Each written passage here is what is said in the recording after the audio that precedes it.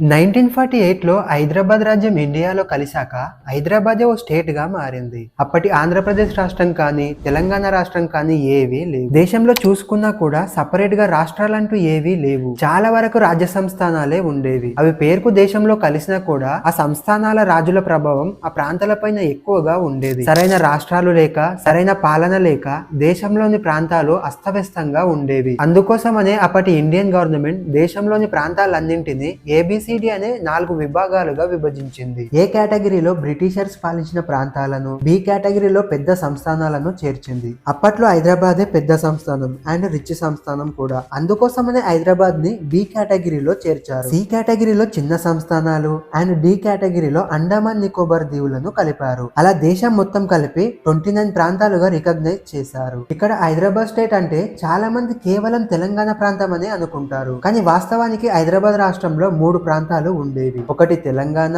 2 మహారాష్ట్ర, 3వది కర్ణాటక. తెలంగాణలో 8 జిల్లాలు, మహారాష్ట్రలో 5 జిల్లాలు, కర్ణాటకలో 3 జిల్లాలు, ఇలా టోటల్ గా 16 డిస్ట్రిక్ట్ తో అప్పటి హైదరాబాద్ రాష్ట్రం ఉండేది. ఇప్పుడు కర్ణాటకలో ఉన్న బీదర్, గుల్బర్గా, రాయచూర్, మహారాష్ట్రలోని ఉస్మానాబాద్, ఔరంగాబాద్, నాందేడ్ లాంటి జిల్లాలు మొత్తం హైదరాబాద్ స్టేట్ లోనే ఉండేవి. ఇండియన్ గవర్నమెంట్ లో ఒక స్టెబిలిటీ వచ్చేంత వరకు హైదరాబాద్ ఓ సపరేట్ రాష్ట్రంగా 1948 నుంచి 1956 వరకు 8 సంవత్సరాల పాటు ఉంది. గడిచిన 8 సంవత్సరాలలోనే 3 సార్లు గవర్నమెంట్ మారుతూ వచ్చింది. 1948 సెప్టెంబర్ 17న హైదరాబాద్ రాజ్యం దేశంలో విలీనం అయ్యాక కేంద్ర ప్రభుత్వం సైనిక పాలనను హైదరాబాద్ లో విధించింది. ఈ సైనిక ప్రభుత్వానికి హెడ్డుగా జయంత్నాథ్ చౌదరిని నియమించింది. ఈ జేఎన్ చౌదరి అండర్ లో హైదరాబాద్ లో ముఖ్యంగా కొన్ని మార్పులు జరిగాయి. 1949 లో ఫిబ్రవరి 6న ఈ జేఎన్ చౌదరి ఒక జీవోని జారీ చేశాడు. ఈ జీవోని బేస్ చేసుకునే అప్పటి సర్ఫేకాస్ భూములని రద్దు చేశాడు. సర్ఫేకాస్ అంటే నిజాం పర్సనల్ గా యూజ్ చేసుకునే నిజాం యొక్క సొంత భూమి. ఈ భూమిని గవర్నమెంట్ ల్యాండ్ గా కన్వర్ట్ చేశాడు. ఆ కాలంలో నిజాంకి 3 కోట్ల రూపాయలు నష్టపరిహారంగా ఇచ్చి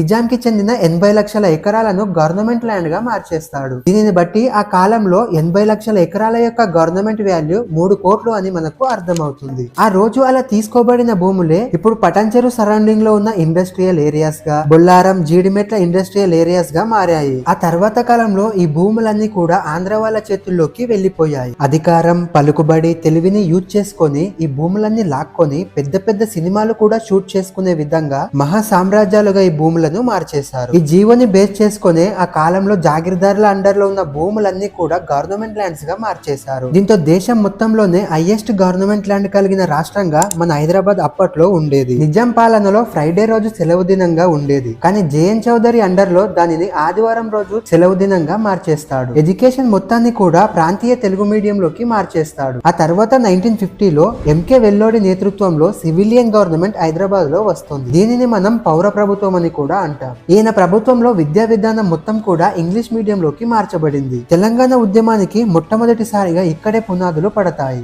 ఎలా అంటే నిజాం పాలనలో హైదరాబాద్ రాజ్యం మొత్తం కూడా ఉర్దూ మీడియమే ఉండేది. పేరుకు రిచ్ రాజ్యం అయినా కూడా ఆ రిచ్నెస్ మొత్తం కేవలం హైదరాబాద్ లో మాత్రమే కనిపించేది. గ్రామీణ ప్రాంతాలు, ఆ ప్రాంతాలలోని ప్రజలు చాలా వెనుకబడి ఉండేవారు. ఇక్కడ విద్యా విధానాన్ని Telugu medium and English medium లోకి మార్చడం వల్ల ఆ విద్యని టీచ్ చేయడానికి అసలు టీచర్స్ లేకుండా పోయారు. కానీ పక్కనే ఉన్న ఆంధ్ర ప్రాంతంలో తెలుగు పీపుల్ మొత్తం చదువుకొని మనకంటే చాలా అడ్వాన్స్డ్ గా ఉండేవాళ్ళు. ఎందుకంటే అప్పుడున్న తమిళనాడు, ఆంధ్ర ప్రాంతాలు మొత్తం మద్రాస్ రాజ్యంలో ఉండేవి. మద్రాస్ రాజ్యం మొత్తం కూడా బ్రిటిషర్స్ కంట్రోల్లో ఉండేది. బ్రిటిషర్స్ మన దేశాన్ని దోచుకున్నా కూడా ఎడ్యుకేషన్ పరంగా చాలా మేలు చేసి వెళ్లారు. ఒకప్పుడు ఆంధ్ర ప్రాంతం మొత్తం బ్రిటిషర్స్ రూలింగ్ లో ఉండేది కాబట్టి ఆ ప్రాంతంలో మొత్తం చదువుకున్నవారు, బిజినెస్లు చేసేవారు ఎక్కువగా ఉండేవారు. దీంతో ఆంధ్ర ప్రజలు తెలుగు మీడియంలో, ఇంగ్లీష్ మీడియంలో విద్యను బోధించడానికి వచ్చి ఆ తర్వాత వాళ్ళే పరిపాలకులుగా మారిపోతారు. 1948 నుండి 1952 మధ్య కాలంలో దాదాపుగా 8,000 మంది నాన్ ముల్కీలు హైదరాబాద్ లో ఉద్యోగాలను కొల్లగొట్టారు.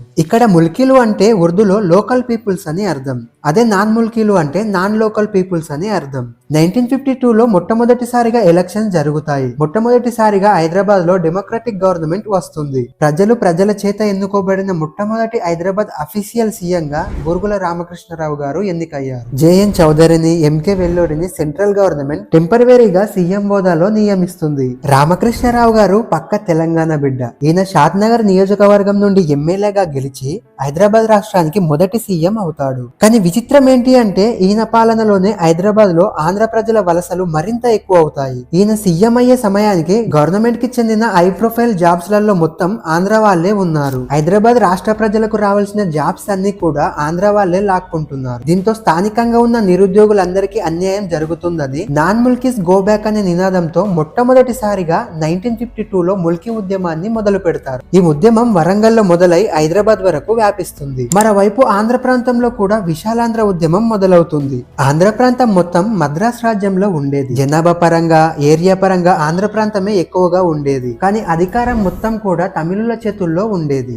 మద్రాస్ రాజ్యంలో తెలుగు వారిని చాలా చులకనగా చూసేవారు. తెలుగు మాట్లాడే వారికి కొంచెం కూడా వాల్యూనే ఇచ్చేవారు కాదు. దీంతో తెలుగు మాట్లాడే వారి కోసం సపరేట్ గా ఒక రాష్ట్రం కావాలని విశాలాంధ్ర ఉద్యమాన్ని మొదలు పెడతారు. మొదట్లో ఈ ఉద్యమాన్ని కేంద్ర ప్రభుత్వం అంతలా పట్టించుకోలేదు. పొట్టి శ్రీరాములు గారు ప్రత్యేక రాష్ట్రం కోసం ఆమరణ నిరాహార దీక్ష చేసి 1952లో చనిపోతాడు. ఎప్పుడైతే శ్రీరాములు గారు చనిపోతారో ఈ వార్త మొత్తం నేషనల్ వైజ్ గా సంచలనంగా మారిపోతుంది. దీంతో కేంద్ర ప్రభుత్వం చేసేది ఏం లేక 1953లో తెలుగు వారి కోసం మద్రాస్ రాజ్యం నుండి ఆంధ్ర ప్రాంతాన్ని ఏర్పాటు చేస్తారు. దేశానికి స్వతంత్రం వచ్చాక లాంగ్వేజ్ ని బేస్ చేసుకుని ఏర్పాటు చేసిన మొట్టమొదటి రాష్ట్రంగా ఆంధ్ర రాష్ట్రం నిలిచింది. దేశంలో చాలా చోట్ల ఇలాంటి వివాదాలే ఉన్నాయి. సో అందుకోసమనే 1953లో స్టేట్స్ రీఆర్గనైజేషన్ కమిషన్ ని ఏర్పాటు చేస్తారు. ఈ కమిషన్ పని ఏంటంటే దేశంలో లాంగ్వేజెస్ ని వారి కల్చర్ ని బేస్ చేసుకొని ఏ ప్రాంతాలని విడదీయాలి, ఏ ప్రాంతాలని కలపాలో కేంద్రానికి ఒక రిపోర్ట్ ఇవ్వాలి. 1955లో ఈ కమిటీ తెలుగు రాష్ట్రాల గురించి ఈ విధంగా ఒక రిపోర్ట్ ఇస్తుంది.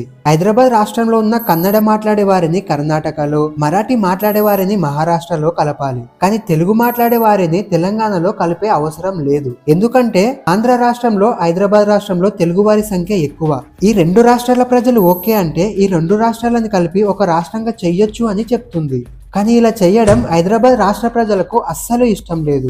అప్పట్లో రాష్ట్రంలో బూరుగుల రామకృష్ణరావు గారితో పాటు మర్రి చెన్నారెడ్డి, కేవి రంగారెడ్డి, జేవి నర్సింగ్ వంటి ముఖ్య నేతలు ఉన్నారు. ఆంధ్ర ప్రాంతం నుండి కొంతమంది నాయకులు, హైదరాబాద్ రాష్ట్రం నుండి కొంతమంది నాయకులు కలిసి 1956లో ఒక ఒప్పందానికి వస్తారు. ఇలా చేసుకున్న అగ్రిమెంట్ నే జెంటిల్మెన్ అగ్రిమెంట్, పెద్ద మనుషుల ఒప్పందం అని అంటారు. హైదరాబాద్ రాష్ట్ర ప్రజలకు ఆంధ్ర ప్రాంతంలో కలవడం ముందు నుండే ఇష్టం లేదని తెలిసినా కూడా అప్పటి సీఎంతో పాటు మర్రి చెన్నారెడ్డి, కేవి రంగారెడ్డి వంటి నాయకులు హైదరాబాద్ రాష్ట్రం ఆంధ్రాలో కలవాలనే విషయానికి ఎక్కువగా సపోర్ట్ చేశారు. అప్పటి సెంట్రల్ గవర్నమెంట్ కాంగ్రెస్ నాయకుల మాటలు విని ఈ జెంటిల్మెన్ అగ్రిమెంట్ పైన వెళ్లి సంతకాలు పెడతారు. దీంతో 1956లో ఆంధ్ర రాష్ట్రం, హైదరాబాద్ రాష్ట్రం కలిసి ఆంధ్రప్రదేశ్ అనే కొత్త రాష్ట్రం ఏర్పడుతుంది. ఈ నలుగురు నాయకులు గనక ఆ రోజు ఆలోచించి మా రాష్ట్ర ప్రజలకు ఆంధ్ర ప్రాంతంలో కలవడం ఇష్టం లేదు అని గట్టిగా నిలబడి ఉంటే తెలంగాణ రాష్ట్రం కోసం ఈ పోరాటాలు అయ్యుండేవే కావు. ఎంతో మంది ఉద్యమకారుల ప్రాణాలు కూడా పోయి ఉండేవి కాదు. మన తాతలకు, మన నాన్నలకు మంచి ఉద్యోగ అవకాశాలు దొరికి మనం కూడా ఈ రోజు మంచి పొజిషన్ లో ఉండేవాళ్ళం. ఈ జెంటిల్మెన్ అగ్రిమెంట్ లో ఎలాంటి రూల్స్ అండ్ రెగ్యులేషన్స్ ఉన్నాయి, ఆంధ్రప్రదేశ్ ఏర్పడ్డాక హైదరాబాద్ ఎలా డెవలప్ అయ్యింది, తెలంగాణలో ఎలాంటి పోరాటాలు జరిగాయి, ఇలాంటి విషయాలన్నింటి గురించి మనం నెక్స్ట్ వీడియోలో తెలుసుకుంటాం. నెక్స్ట్ వచ్చే వీడియోస్ ని మిస్ అవ్వద్దు అనుకుంటే మన ఛానల్ ని సబ్స్క్రైబ్ చేసుకోండి. ఈ వీడియో గనక మీకు నచ్చితే వీడియోకి ఒక లైక్ చేసి షేర్ చేస్తారని కోరుకుంటున్నాను. మరో ఇన్ఫర్మేటివ్ వీడియోతో మళ్ళీ కలుద్దాం. అంతవరకు ఉంటాను. Bye bye.